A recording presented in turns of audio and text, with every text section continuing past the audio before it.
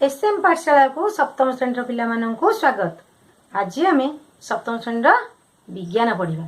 अच्छा पिला माने पूर्व क्लास आम कौन पढ़ी पदार्थ विषय पढ़ी।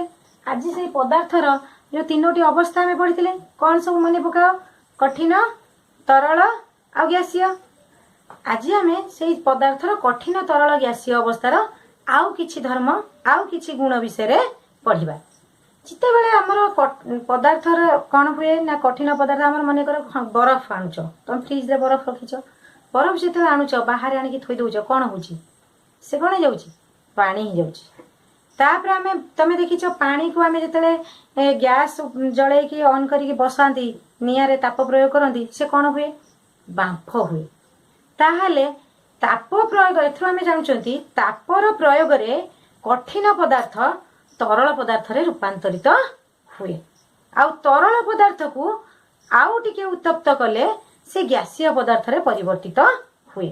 सेही परी आमे जतले गैस को ठंडा करचंती तमे देखिथिबो हमर जो माँ जतले रोषेई करंती भात रांधि सारिके जतले तरकारी रांधि सारिके आनी के कड़े घोड़े की थोई देइथांती तमे से कड़े की जतले तार ढांकणाटी खोल ता भितर सब पानी भलिया थाए तळकु पड़ी जाए देखिछ ना नाही।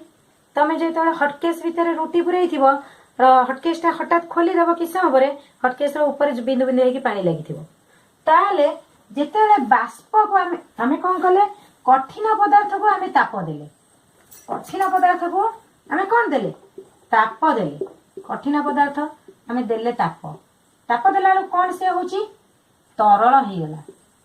तरल पदार्थ को आमे पुणी जिते ताप दउचंती से कौन होची बाष्प हो जाउची। सही भली बाष्प को आमे जतले ताप दबा ई बाष्प को आमे जतले कौन दबा ताप तार कमेइबा बा ताको घनी भवन करिबा बा तार शीतलीकरण करिबा ताको शीतल करिबा।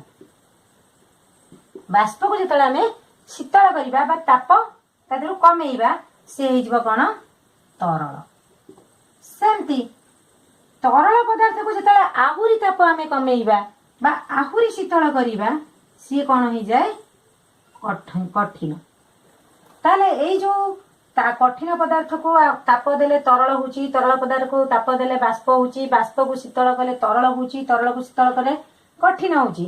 एई को कहंती पदार्थर साधारण अवस्थार अंतः रूपांतरण। ताले पदार्थर एई तीनोटी अवस्था गोटिकरू अन्यटी को परिवर्तन को कहती कौन अंतः रूपांतरण। अंतः रूपांतरण ता माने पदार्थ एठी किछि बदलुनी से पदार्थ सेही भली रहूची तार धर्म जा पानी रो धर्म जा तरल जते पानी अछि तार धर्म जा कठिन होगला को बरफ लाल ता धर्म सेया बाष्प हो गले भी तार धर्म से सेही पानी हेकी रहूची तार कंपोजिशन सेया रहूची किछि बदलुनी। एटा गोटे भौतिक परिवर्तन होची तमे पढ़िथिलो षष्ठ श्रेणी भौतिक परिवर्तन तार कौनसी धर्म भौतिक धर्मर परिवर्तन हो नाही। ताले जो पदार्थर ए तीनोटी अवस्था गोटे अवस्था आउ गोटे अवस्था को परिवर्तन को कहती अंत रूपांतरण। तापर देख ये जो कठिन पदार्थ तमे एई अंत रूपांतरण तमे देखिथिबो हमर जो लुहा बाहरुची कोउथरु लुहा बाहरुची हमर तार को खनिज द्रव्य लुहा बाहरुची ता ना होची लुहा पत्थर रो लुहा बाहरुची लुहा जेमती अछि हमें पाउचंती सेमिति प्रकृति रो मिलुनी लुहा पत्थर रो मिलुची लुहा पत्थर को कोन करा होची ताको अधिक उत्तप्त करा होची उत्तप्त करा जाय कि तरलीकृत अवस्था रे लुहा को तादरु संग्रह करा जाउची। आमे जल विषय देखिबा जल जेउ अवस्था रे बरफ रे परिणत हुए ताकू बरफ रे अछि जो ताकू कहंती तार हिमांक जेउ तापमात्रा रे जल जेउ तापमात्रा रे कोन कोथरे तेरे परिवर्तन होची जलटा हे जाउची बरफ हुए ताकू कहंती तार हिमांक कोन कहंती सेडा हला तार हिमांक कार हिमांक जलर हिमांक केते जानिच जलर हिमांक हला हमर 0 डिग्री सेल्सियस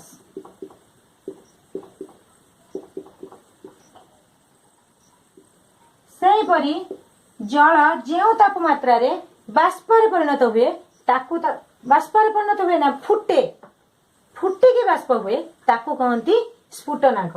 खाली बाष्प हुए ना जल जो तापमात्रा कौन हुए फुटिकी बाष्प हुए ताकू कहती तार स्फुटनांक। कौन कहती स्फुटनांक कहती। जलर स्फुटनांक होची केते 100 डिग्री सेल्सियस 100 डिग्री सेल्सियस।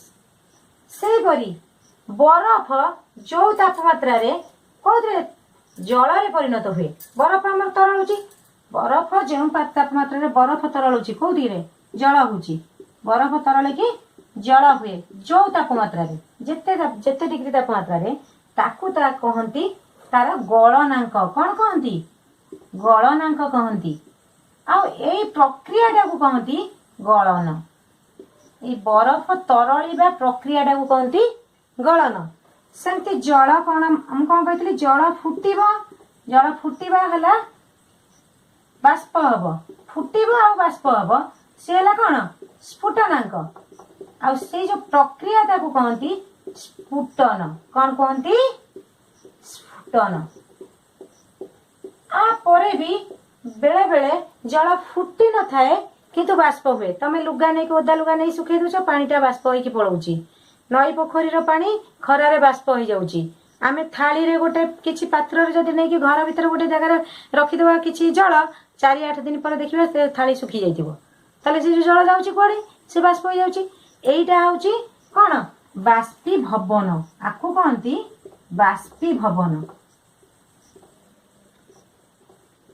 आकु कहंती कोन बाष्पीभवन। आउ गोटे अछि तम बही रे नाही जो वृक्षलता सब कौन करचंती गछलता सब जो जल को पत्र जो स्तोम बाटे वायुमंडल को छाड़ुचंती ताकू कहंती बाष्पीमोचन। ताकू भी कहंती बाष्पीमोचन। सेहीपरि जलर जमती गलनांक अछि स्फुटनांक अछि सबु पदार्थर गलनांक अछि आ स्फुटनांक अछि। आउ किछि पदार्थर गलनांक नाही।